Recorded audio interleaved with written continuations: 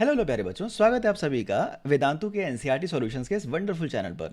इस particular channel पर हम हर एक क्वेश्चन को स्टेप बाय स्टेप सॉल्व करते हैं और उसके सॉल्यूशन को हम डिटेल में समझते हैं। तो हम यहाँ पर क्वेश्चन नंबर 10 पर हैं, इसको हम पहले पढ़ते हैं, फिर इसके सॉल्यूशन की तरफ देखते हैं। ठीक है, तो क्वेश्चन क्या कह रहा है, फटाफट क्वेश्चन की तरफ देखते हैं। सबसे पहले कह रहा है ये कि on an open ground a motorist follows a track that turns to his left by an angle of 60 degree, 600 angle नहीं हो सकता, 60 डिग्री एंगल पे। ठीक है, आफ्टर एवरी 500 मीटर, यानी कि जो मोटरिस्ट है वो 500 मीटर चलता है, फिर 60 डिग्री पे टर्न ले लेता है, फिर 500 मीटर चलता है, फिर 60 डिग्री पे टर्न ले लेता है। इस तरीके से वो आगे बढ़ रहा है।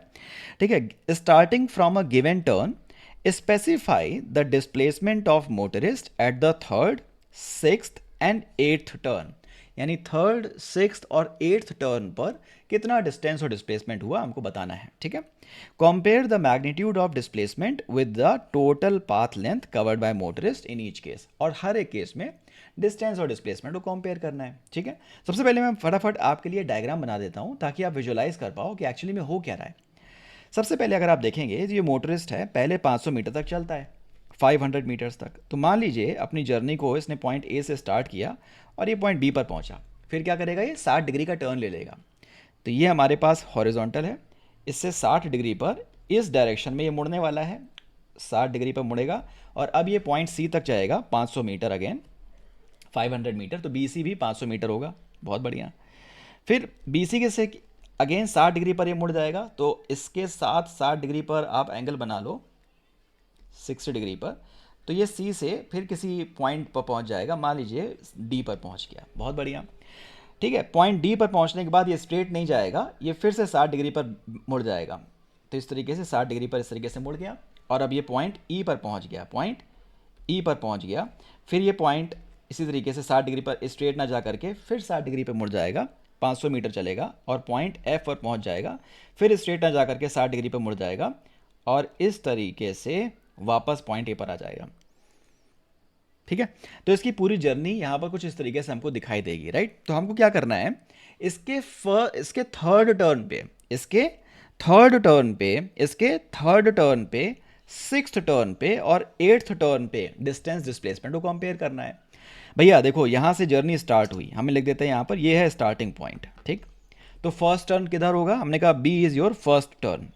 ठीक है, सेकेंड टर्न किधर होगा, सी पॉइंट पर हमारा सेकेंड टर्न है, डी पर आपका थर्ड टर्न है। ठीक, तो हमें तीसरे टर्न पर डिस्टेंस डिस्प्लेसमेंट के बारे में बात करनी है, फिर अगली बार किस टर्न पे बात करनी है, तीसरे के बाद छठवें टर्न पे, सिक्स टर्न पे, और फिर हमें एथ टर्न के बारे में बात करनी है। ठीक है, तो थर्ड टर्न पे पॉइंट डी पर है, थर्ड टर्न पे body is at point D, right, so he is at point D. ठीक है, तो हमें डिस्टेंस डिस्प्लेसमेंट निकालना है। तो पॉइंट डी तक जाने में सबसे पहले डिस्टेंस कितना हो गया, टोटल पाथ लेंथ, हमने कहा sir A B plus B C plus C D, यानी कि 500 plus 500 plus 500, 500 which is 1500 metres. तो इस सिचुएशन में पार्टिकल ने फर्स्ट पॉइंट से थर्ड टर्न तक जाने में 1500 मीटर्स ट्रेवल किया है। इस सिचुएशन में डिस्प्लेसमेंट कितना होगा भाई, हमने कहा डिस्प्लेसमेंट निकालने के लिए आप इन दोनों पॉइंट्स को मिला दीजिए। ये हो गया डिस्प्लेसमेंट। कैसे निकालेंगे इसको, हमने कहा डिस्प्लेसमेंट को हम दो पार्ट्स में अगर हम देखें तो इसके पैरेलल में, इसके पैरेलल में अगर मैं इसको ऐसे डिवाइड कर दूं तो बहुत आराम से हम इस चीज़ को समझ सकते हैं। जो डिस्प्लेसमेंट है बच्चा, वो है ए से डी तक, राइट। वो अगर मैं इस पॉइंट को बोल दूं पॉइंट ओ, तो आप गौर कीजिए, ये वाली साइड इसके बराबर होगी और ये वाली साइड, ये वाली साइड ओ से डी तक इसके बराबर होगी, ओ एफ के। ठीक है, यानी कि ये जो पार्ट है ये भी 500 होगा और ये जो पार्ट है ये 5 इसके बराबर है, ये भी 500 होगा। ठीक है, तो A D is equals to A O plus O D, which is 500 plus 500, which is 1000 meters, right, which is nothing but 1000 meters। तो आशा करता हूँ आपको बात समझ में आई होगी। ये जो टोटल पाथ लेंथ इसकी निकल करके आने वाली है, टोटल पाथ लेंथ निकल करके आने वाली है जर्नी की थर्ड टर्न तक, यानी डिस्टेंस वो है 1500 मीटर और जो डिस्प्लेसमेंट है थर्ड टर्न तक वो है 1000 मीटर। तो पहले केस का डिस्टेंस डिस्प्लेसमेंट कंपेयर हो गया। अब मूव करते हैं सेकेंड केस की तरफ। सेकेंड केस में हमें क्या बताना है, सिक्स्थ टर्न के बारे में। ठीक है, तो सिक्स टर्न में पार्टिकल होगा कहाँ पर, आप जरा सोचिए। फर्स्ट टर्न में पार्टिकल थर्ड टर्न में यहाँ पर है, फोर्थ टर्न में पार्टिकल है ई पर, फिफ्थ टर्न में पार्टिकल होगा एफ पर और सिक्स्थ टर्न में पार्टिकल वापस ए पर आ जाएगा। अगर पार्टिकल वापस ए पर आ गया है अगर पार्टिकल वापस ए पर आ गया है तो डिस्प्लेसमेंट क्या हो गया, हमने कहा इनिशियल पॉइंट और फाइनल पॉइंट 6 टर्न पर सेम है, तो डिस्प्लेसमेंट हो जाने वाला है 0। अगर डिस्प्लेसमेंट 0 हो जाने वाला है तो डिस्टेंस कितनी होने वाली है, हमने कहा डिस्टेंस हो जाने वाली है 500 500 500 6 बार। या सुनो, पॉइंट ए से चला और वापस आ गया, यानी कि 500 500 आपने 6 बार काउंट कर लिया है, यानी कि 3000 मीटर्स का डिस्टेंस ट्रैवल पार्टिकल ने कर लिया है। या सुनो, हमने कहा भाई हमें डिस्टेंस पता चल गई, डिस्प्लेसमेंट पता चल गई 6 टर्न के केस में भी, ठीक है। अब हम बात करेंगे कि पार्टिकल ने एक और टर्न लिया है, 8वां टर्न, और 8th टर्न में क्या डिस्टेंस है, क्या डिस्प्लेसमेंट, इसके बारे में बात करनी है।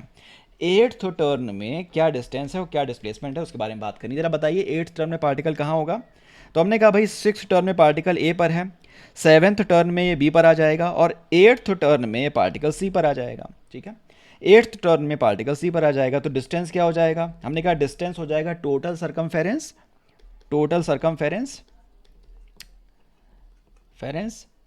क्योंकि एक चक्कर तो पूरा लगा ही लिया है, एक चक्कर 8वें टर्न तक आने में एक चक्कर तो पूरा लगा ही लिया होगा, ए से वापस ए तक, फिर उसने ए बी और बी सी और ट्रैवल किया। ये सुनो, plus A B plus B C. ये सुनो, तो हमने कहा टोटल सरकमफेरेंस तो 3000 मीटर का था, प्लस 500 विच इज़ 4000 मीटर्स। तो इतना डिस्टेंस ट्रैवल करेगा 8th टर्न तक, ठीक है। अच्छा, अब हमें डिस्प्लेसमेंट भी निकालना है।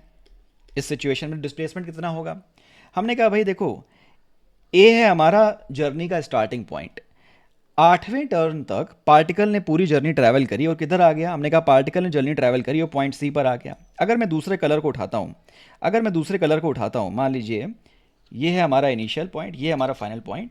इनिशियल पॉइंट और फाइनल पॉइंट हमें पता चल गया इस पूरी जर्नी में। अगर मैं इन दोनों को मैच कर दूं, अगर मैं इन दोनों को ऐसे मैच कर दूं, तो ये हमारा डिस्प्लेसमेंट निकल करके आने वाला है ए से सी तक क्या निकल करके आने वाला है, डिस्प्लेसमेंट निकल करके आने वाला है, ठीक है।